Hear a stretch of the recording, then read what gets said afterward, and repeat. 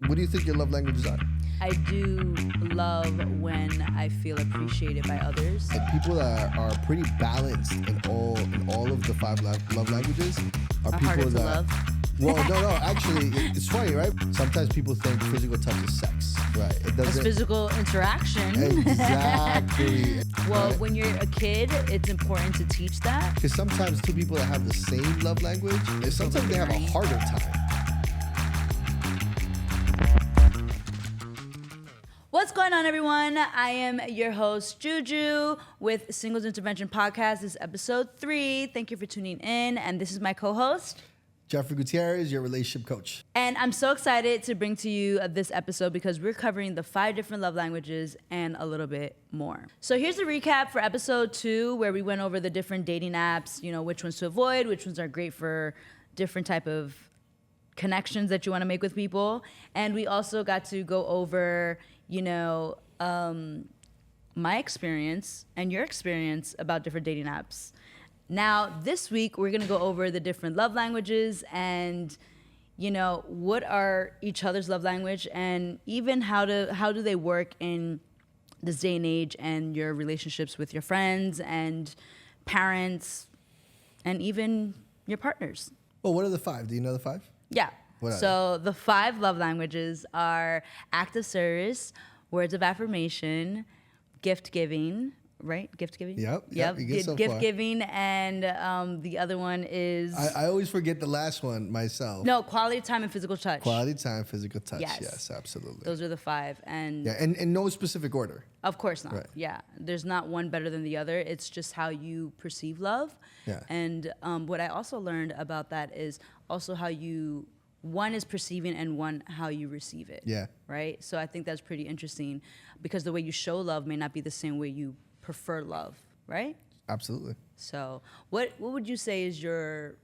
So do I know mine? Yeah. So when I've done this in my other hat as a therapist, I always get the top 2, right? And when I did it for myself, mine came out quality time and physical touch. Oh, so you did a test. Yeah. Oh, There's a test. I never done the test. You've never done a test? No, but I just know mine. Oh man. But could I be wrong? Absolutely. No. That's why you have to do the test. No, I know how I feel when I receive something or whatever the case may be. Okay. I feel like Forget why Gary Chapman wrote the whole test, right? You're just gonna pick the ones. I'm not. You chose. I just didn't know it exists. But now we're going to go. Now you're putting me on. So now you know. we're gonna do it. So there is a whole questionnaire, Got it. right? It's like 30 something questions. It's quick and easy, and then it asks you things in a certain way so that it can connect you to your type of love language. Okay, good. So episode 4, I promised you I'd do the test, so you guys She'll have can her really know what I results. want, and I'll have my results. That's great. What do you think your love languages are? So I think mine overall, and in this day and age, I feel like I've never really gotten it, but I know that when it's had happened, I just feel thought of, is act of service. Because not necessarily giving me a gift or anything, but it's the way of knowing me or getting to understand me, and then just being able to do something that's going to ease my life better, or whatever the case it may be. And it's not being me like dictating or me suggesting or anything like that. It's me more so just, oh wow, you did that for me? Oh my goodness. Right, without being asked to. I'm sorry? Without being asked to. Without being asked, right? Yeah. It's just you thought of me and you did something for me that can benefit me, that's tailored to me. So that I really appreciate. And then, of course, the other one is quality time. I love spending time being present with someone, whether that's my friend, family, or relationship partner. Still looking for that. Nice. All right. Maybe take the questionnaire first, and then we'll find out. Right. We'll find out if those are the actually ones that are my top 2. I'm curious now. Yeah, Right? yeah. Because I think you're pretty spot on. In my experience with you, I definitely think acts of service is one of the top. Quality time, I could see as well. I could see quality time as well. And I don't know. I could actually see gift giving being a little bit on the top. So what's funny is that Gary Chapman said sometimes people, when they take the test, all 5 of them will be around the same score. And he said people that are pretty balanced in all of the 5 love languages are people harder to that love? Well, no. Actually, it's funny, right? Because you would think so, but it's actually people that have received love well throughout their life, or the complete opposite, have not received love at all. You know, so it's funny. It's funny to get the scores and see if you line up or not. Yeah, that'd be really interesting because, I mean, it's weird. Like words of affirmation, I really don't. You know, for me, it's actions speak louder than words, and I was always raised on that like mindset. So for me, if someone says I'm pretty, cool, great, thanks, or like you smell good, okay, cool, thanks, or you know what I mean, like. But I do love when I feel appreciated by others. So I'm not sure if that falls under words of affirmation of just someone showing gratitude towards me, without that social pressure. Like we just finished a job. Hey, thanks so much. It's more of like going out their way to say thank you and being, showing gratitude. In Definitely that words of affirmation. Yeah. Okay. Yeah, Cool. definitely words of affirmation. I do like that. Nice. And I get mushy and I get like my eyes start to water and I'm like such a baby. I mean, I think all of them are important, right? Like Yeah. all those love languages are important. Gift giving is probably my lowest one, but I really love a gift, like a very intentional gift. Sentimental. Yeah, like if you really know what I like, and I open up that gift and it's that, I feel really good about that. Yeah. So I think we all need all of them. Yeah. But sometimes it's good to know what your top is. Yeah. Well, let me ask you this, right? Do you feel that two partners that have opposite love languages can still coexist? Absolutely. Absolutely. I feel like two people that have, because sometimes two people that have the same love language, sometimes they have a overbearing. harder time, you know, because we both receive words of affirmation. So now if I'm upset at you, I sometimes may hold that hostage, right? And then there's a disconnect from both ends because I know what hurts you, you know? And I know it so well because I receive it. But I'm saying even if we were the opposite love language and me knowing that and holding it is still just as effective, no? Yes, it's just not what you're used to speaking, right? Like that's not your main love language. So you don't have as much connection with it, right? So for example, if your acts of service, okay, and I'm physical touch in our space here, right? Maybe I'm upset at you, but I still get things done just because that's just what I do, right? And you're perceiving that as acts of service. You trust that I'm doing that, and I'm actually trying to be upset at you. You see, but because I'm in my zone of language, I'm not really using that against you. Yeah. You know, because that's your love language already, and that's not mine. So I just do things because that's my responsibility to do. You know, so I'm still kind of speaking your love language even when I'm upset at you. Yeah. Where if I really connect with acts of service, I'm gonna purposely not do things you appreciate. I'm gonna purposely not do things you like. Yeah. You know, just to kind of get back at you because I'm upset at you. You see? I get it. Yeah. Sometimes so I think if you have two different love languages, I don't know that either one is better than the other. I think the understanding of what your love language is, I think that's really important. So let's get into what they individually mean so that you guys can better understand, because I know in this day and age, I know growing up, my parents didn't talk about this. You know, like I don't even think they understood what it was because it's also a newer theory than it is like, you know, a theory from back in the 1800s. Right. So- His book came out 1995 or 1992 or around that time. Yeah. So, you know, my parents probably didn't understand that, No. you know, and probably still don't to this day. There's one on parenting now too.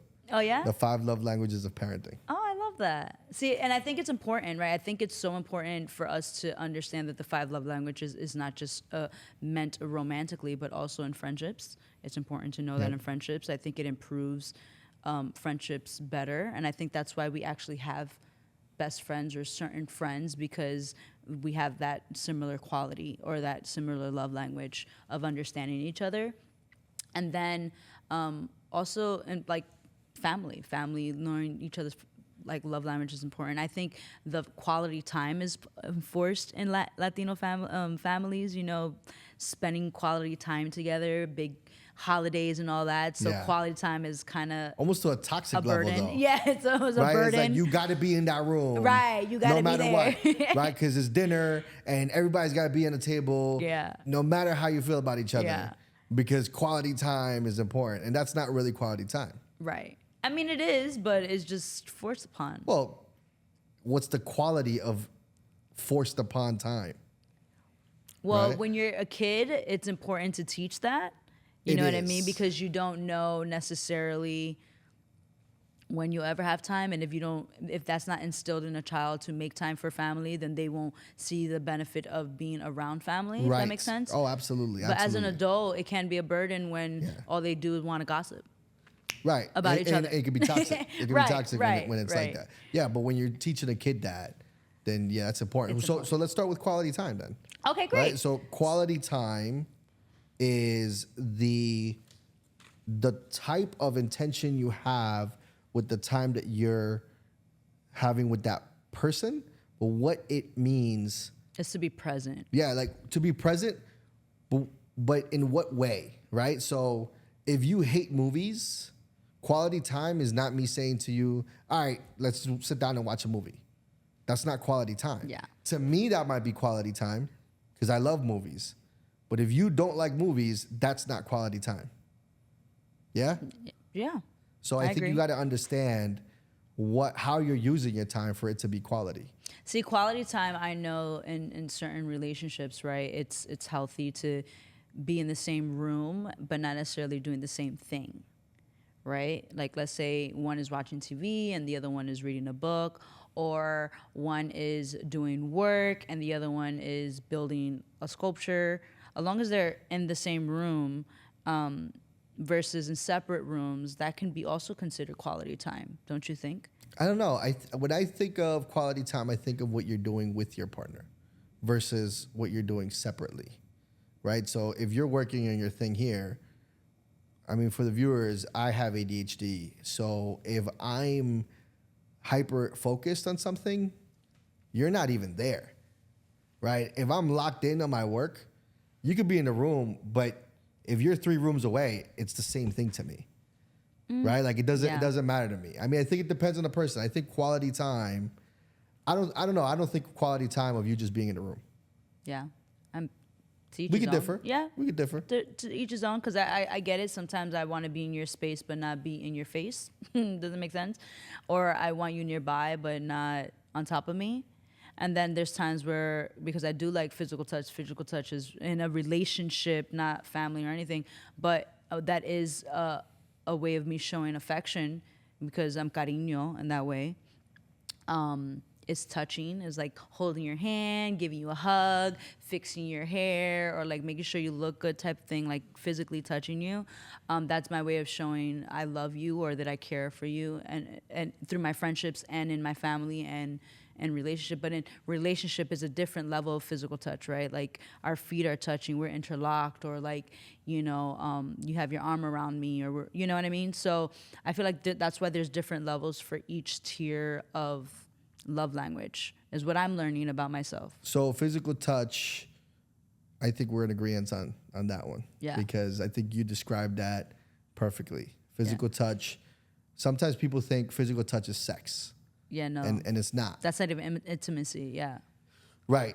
Physical touch is everything you just said. Touching, holding, caressing, knowing where to touch me. Yeah. Right? That's physical touch. It's not just, some people may not like when you hold their hair or when you grab their back a certain way, and if you do that, it's not physical touch, right? If I'm touching you in a sexual way because I want to have sex, you might not receive that Right. as a love language of physical touch, where maybe I do, right? Like what you said. Oh, well, we're 2 people in the same room, we're doing 2 different things, and that's still quality time.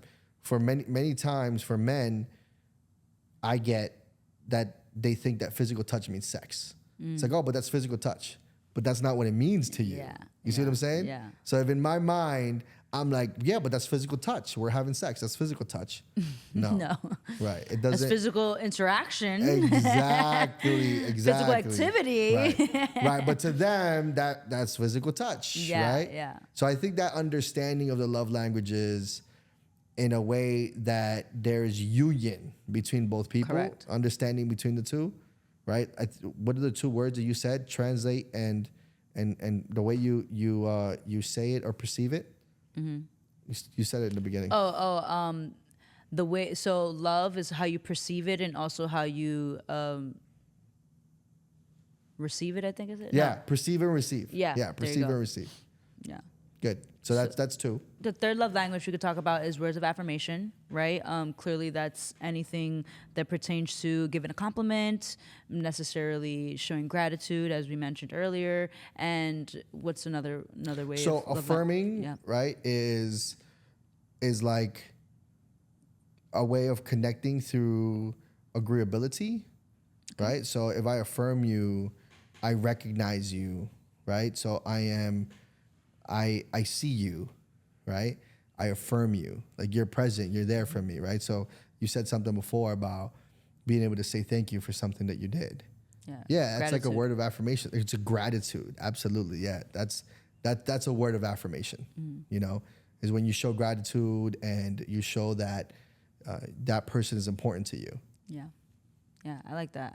And I also think that words of affirmation are important to self. You know, it's not necessarily to always receive that, but also give that to yourself. I think it's important to have that in your daily vocabulary or daily to-do list, I guess, right? Or daily habit is the word I'm looking for. Yeah. And when people get it wrong is when they start thinking, I've seen couples many times say, oh, but I say I love you all the time. Oh, yeah, no. No. Like, that's not words of affirmation. No. You see? And to you, if that's not your love language, you're like, well, I have to say I love you every day.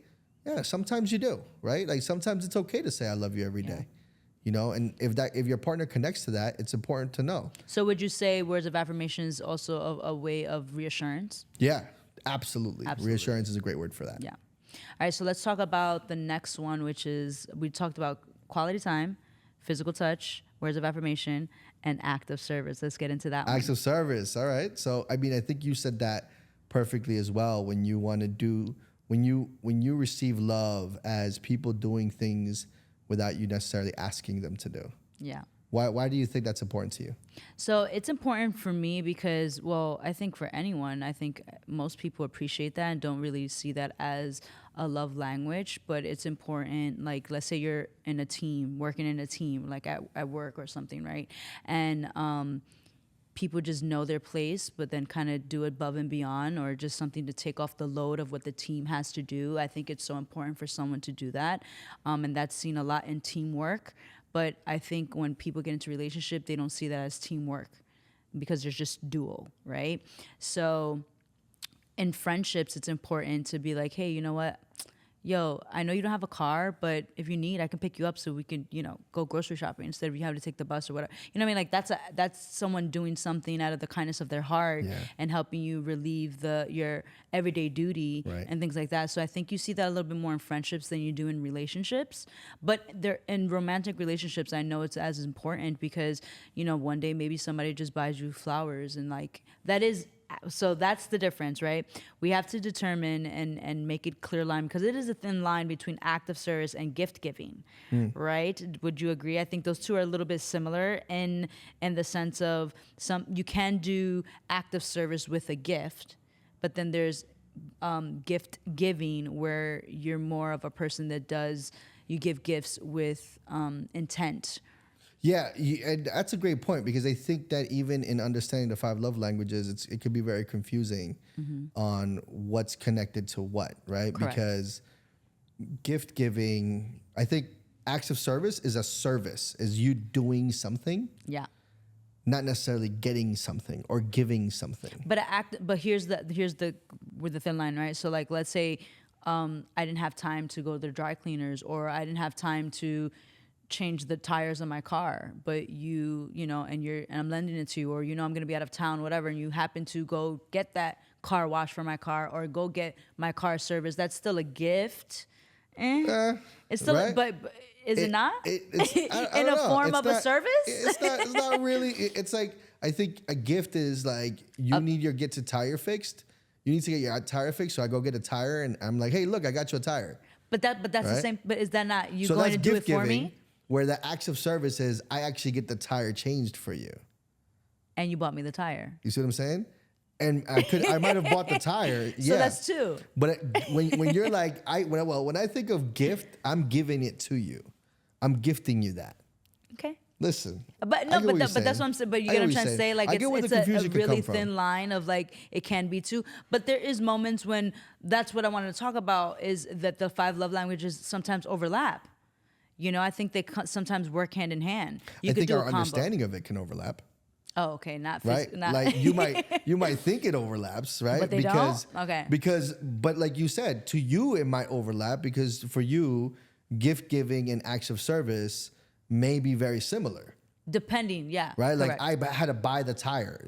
That's perfect. That's a perfect example. I had to buy the tire. I didn't just replace it. I bought it for you. Yeah. Right. So, is it still acts of service if I say, hey, you didn't get to buy that tire, but I got to change for you. So just sell me the money when you get a chance. Right. Then what Is that still acts of service, for you? Right. Right. depends who's doing it. Yeah. But if you're asking for it back, it's not a gift then. It's not a gift. It's right? an act of service then. Right. It's just Okay. an act of service, right? Right. So that's why I think it's easily overlapping for some people Mm-hmm. because you might want it put together, right? Right. Again, the 5 love languages, people want to feel that whole thing. Yeah. All of them, all 5. Correct. It's just that we have a higher one or 2. Yeah. Yeah. It's a great point. Yeah. And this is like one of my favorite topics because, they are important. And as I've gotten older, I understand how important they are in my friendships and not just romantic ships. Because I felt like I try to look for that in my romantic ships and I was getting it for my friendships. You know what I mean? And I felt like, oh, wait, this is just as important. So. Have you gotten to read the book? Did you read the book? I want to say I did, but audible way. Yeah, that's the same thing. Yeah. Audible, Okay, Audible so then, definitely counts. Yeah. Audible So I want to absolutely say counts. I have. I'm not sure if I finished it. Yeah, so the book is But- good. So as you can see, we went over the 5 different love languages, and they are important all equally and together. I will be putting below where you can take this test as well because you should be curious. Do you know your love language? Do you know your friend's love language? How about your parents? Yeah. It's very important. And I'm going to take you over to the Coach's Corner where he covers a little bit more about the different love languages and how important they are in your relationship. Let's go.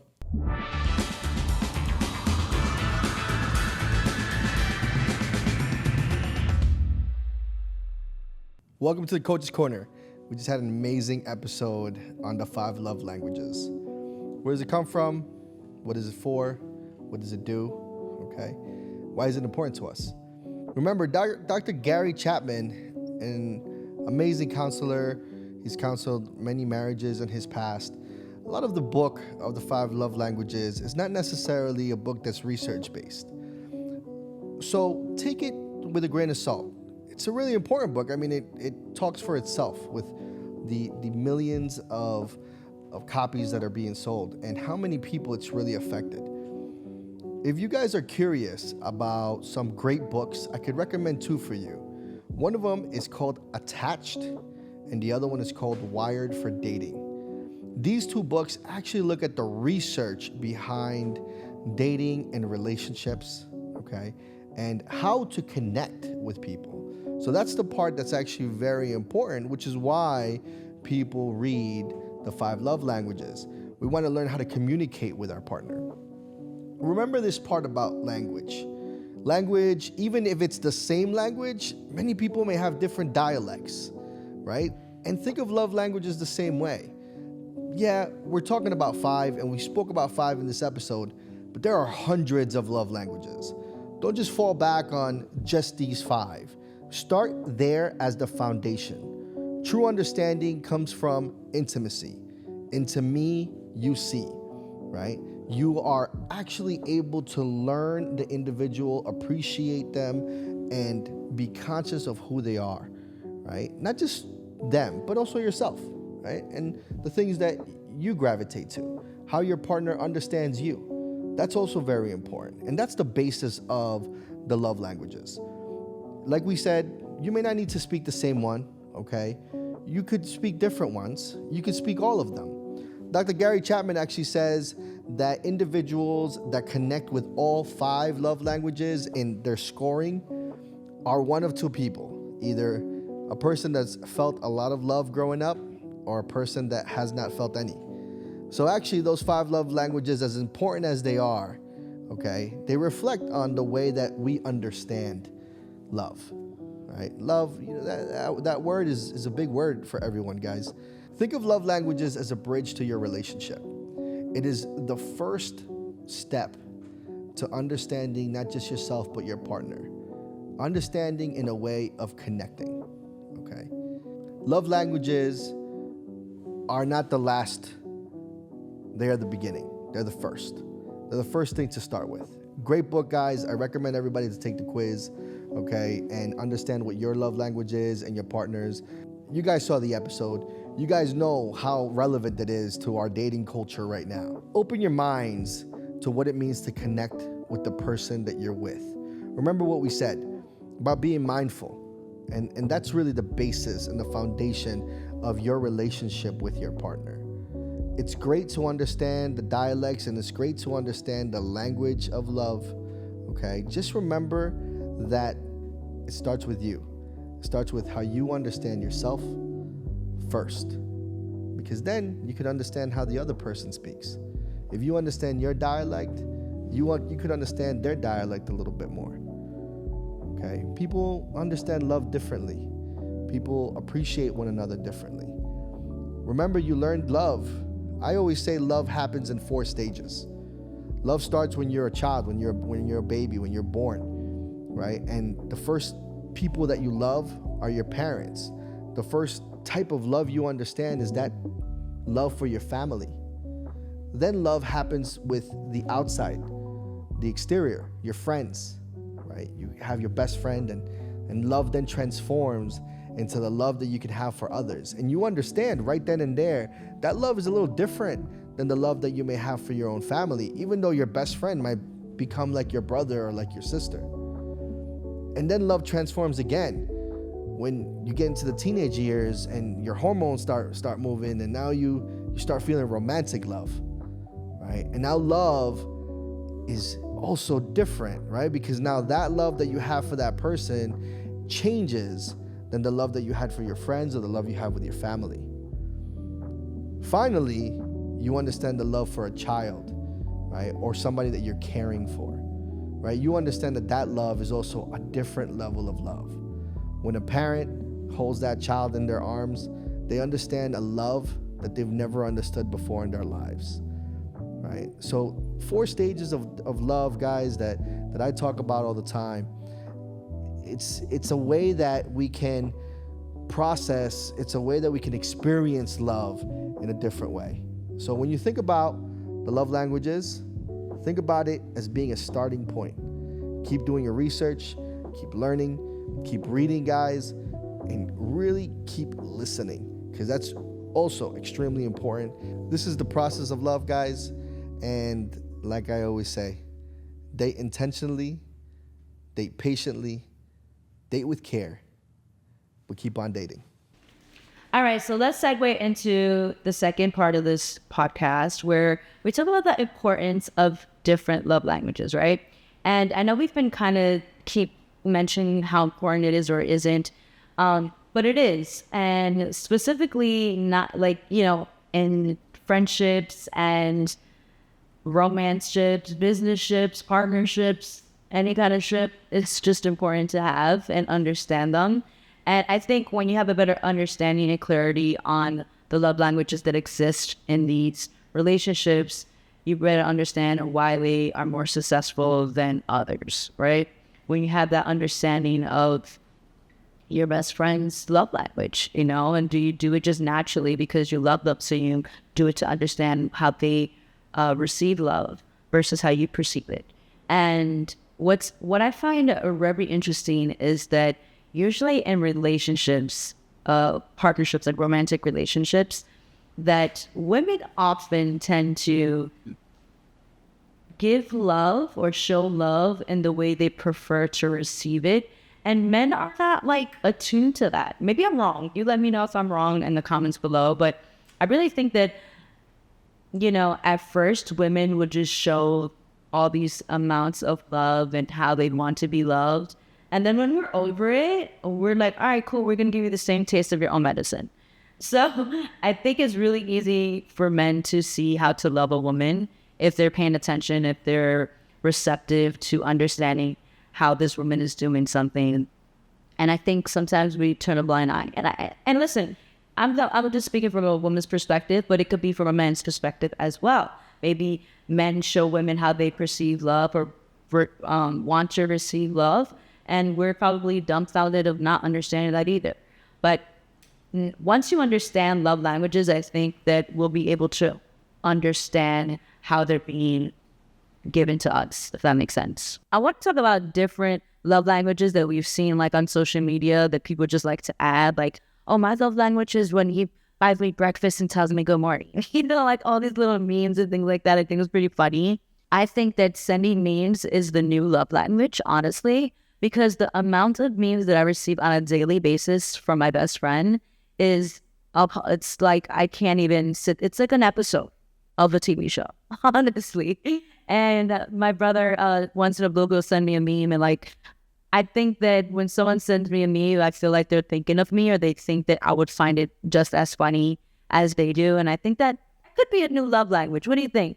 Comment below if you think sending memes is one of the new love languages to add to the 5. I think it's funny. I think they're great. And keep memeing. I think when we understand the different love languages, it just betters our communication with our friends and family. And talking about that, I kind of want to call my mom to see if she knows my love language. I honestly don't know if I know my parents' love language. So let's call her in and see what she says. She's in DR, by the way.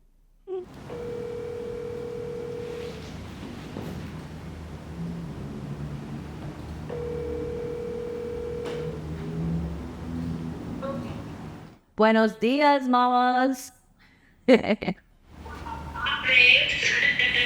How are you?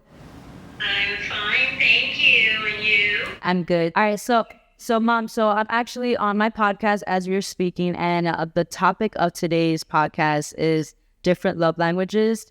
And I know that, it's kind of something that's new in this day and age, and you didn't really raise me up on learning or knowing my love languages, but I want to know if you know my love language. Okay. Honestly, I think your love language is a lot like mine. I recently found out what mine was because I didn't grow up knowing about that either. Right. I found out later on in life that we have some. And it's ironic because the same year you were born, this author called Gary Chapman came out with the book, The 5 Love Languages. It's so funny. So my co-host just said that, and it came out in 1992. And we were just talking about that, and we went over the 5 different love languages. So I'm happy that you know about it, because apparently other parents don't know about this love language thing. So cool. Okay. Well, I will forever remember it. That was the year you were born. Well, I recently found out, and this was maybe like a couple of years ago, that my love language is acts of service. And that usually happens when we really love someone, and we really, mostly when we're in love, that's when we do the most. Like, we're in love with somebody, we show them everything that we have. Like, we don't even think about it, we just do it. So anything to make them comfortable, anything to help, anything. So we overextend our help. And I think that's what you do in most cases as my daughter, and I believe that that's your love language, acts of service. Wow, I guess you know me after all. I didn't take the test, but I did say before I get on the call with you, because my co-host asked me, what do I think mine are? And I said, I don't get it as often, but I think my love language is act of service and then quality time. So most of my friends know that my my love language is quality time, but I don't know if they know of the act of service one. So that's funny, and I'm glad that you know that about me, because it's been quite some time that we don't live together, and I don't know if those things change over time, but what do you think? Do you feel like that's always been your thing now that you understand the love languages? Do you feel like that's always been your love language? No, it's always been, and what's funny is that I know that no matter what happens, it will always be. And no matter if you're real and true to yourself, it will always be that. That will be your love language, regardless of what happens to you. And it's funny because I was questioning it myself not so long ago. What happens when you're not in love anymore? What happens when you get betrayed by a friend, by a partner, by anybody? What happens? Does that love language change? And no, it doesn't, because that love remains within you and it has it's almost like your identity. That's who you are. And if you're not fake and you're not trying to be somebody you're not, your love language will remain the same. Yeah. So yeah. Even when it's so funny you say that, because even when I have a falling out with a friend, like I still want to see them win. So like if I know I get like a casting, or if I get like an audition and I know it's gonna be great for them, like I'll still send it to them incognito. You know what I mean? I'll still like put it in their path, in their universe, to receive that blessing. But all right, well, that's all I really want to know. Do you by any chance know what my dad's love language may be? Because I don't think he even knows I don't even think he knows what that is to even answer the question. But I wouldn't know either. I wouldn't know, honestly. Like, what I can remember, what I can remember though, he was a lot like the acts of service, love language type of person. Your dad didn't ask for much. Your dad always loved giving. Yeah. And he was always, available to give. So I believe he has probably that between the quality time and acts of service. I believe that's what your dad is, somewhat like you. see, I always thought it would be quality time, because he'd always try to make it a point for us to do bowling or, the movies or something like that, try to get us all together. But then again, now all his kids are with him growing up, so I don't, maybe it was just that, to just do something together as a family. But yeah, well, it could very well be his more dominant language, the quality time one. yeah. But yeah. All right, well, thank you, Lyric.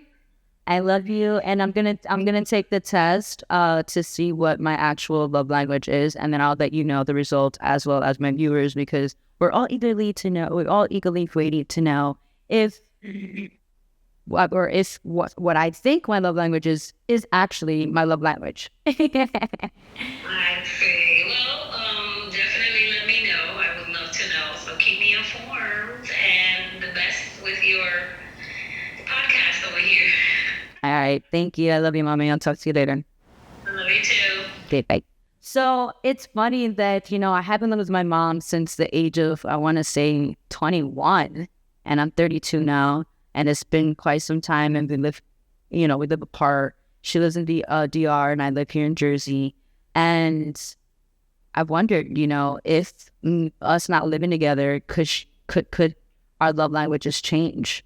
Especially if you're around certain people, or like you live in a different environment, you're raised differently, you're living the lifestyle you want. Does that change? So she did bring up a good point about, if you're true to your authentic self, that possibly not. But, it shouldn't, because that is who you are. And deep down inside, we all resign from love. We all start with love. So, and that's how your love resonates with you, that it should never change. So I think that's super important. And I say, go out there and ask your parents, what are their love language? Do you know them? Do they know your love language? I think it's important to know that, to just better your relationships and your connections with everyone that you come across. So, yeah. So this concludes episode 3 about the different love languages. I just want to go over a couple of moments and recap the episode itself. We went over the 5 different love languages and why they're so important, and to know that we pretty much had all 5, just one maybe a little bit more dominant than the other. We also spoke about my personal favorite, act of service, and the, white gray line between act of service and also receiving gifts. I think those two can cross over, but my co-host feels that they don't. We also spoke about how we express different love languages in this day and age, and how they don't necessarily develop. They just always are, because they're true to your core and how you always receive love. And then finally, we called my mom to find out if she knew my love language, and she feels that we share the same one. So we'll be taking the test so we can go over the results on the next episode, because I am curious to know that, did I predict my love language and I really know it? Or maybe I'm wrong this whole time, and that's why none of these relationships ever stuck in my life. Well, thanks for tuning in. That was the recap for episode 3. Don't forget to tune in to next week, where we talk about love bombing, to be exact, okay? Because we need to better understand, why do these men specifically love bomb us? Okay, women do it too. But anywho, comment below, subscribe. Let me know what your love language is. What was your favorite part of this episode? And give us feedback, because any feedback is great feedback for us to make this a better experience for you. I'm your host, Juju, tuning out. Co-host Jeff left for the day, but he said, continue to love, continue to date, whatever else he said, but do it all safe. See you next week on episode 4. Juju here. Looking for our previous episode? Click here on the left. If you're looking for any of our videos on our channel, click here on the right. Don't forget to like, subscribe, and comment below.